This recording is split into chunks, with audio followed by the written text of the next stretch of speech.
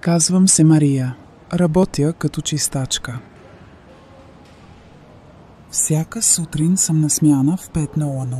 Не защото ми се иска, а защото няма кой друг. Заплатата стига колкото за токи и хляб. Понякога си деля филия на 2, за да остане за утре. Днес беше 36 градуса. Докато другите още спяха на климатик, аз вече бях измила 3 етажа. Мокри обувки, пот по гърба и нито едно благодаря. На обяд се почувствах зле. Столовете за персонала заети. В столовата ми казаха, нямате карта. Върнах се в малкото помещение за мопове. Седнах на кофа. Ядох 2 сухи филии с парче сирене. Това ми беше обядът. В края на деня седнах на пейка в болничния коридор. Изморена, мълчалива, с ръце, които миришат на белина.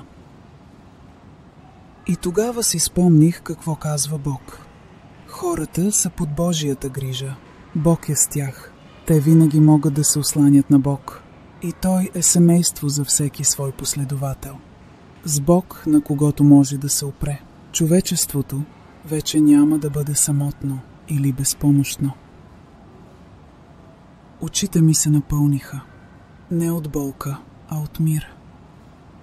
Защото Бог ме вижда. Дори когато другите не ме забелязват.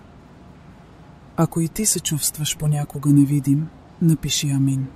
Ще ти изпратим думи на утеха чрез месенджер. Присъедини се към нашата безплатна група за вяра. Бог може да бъде твоето семейство.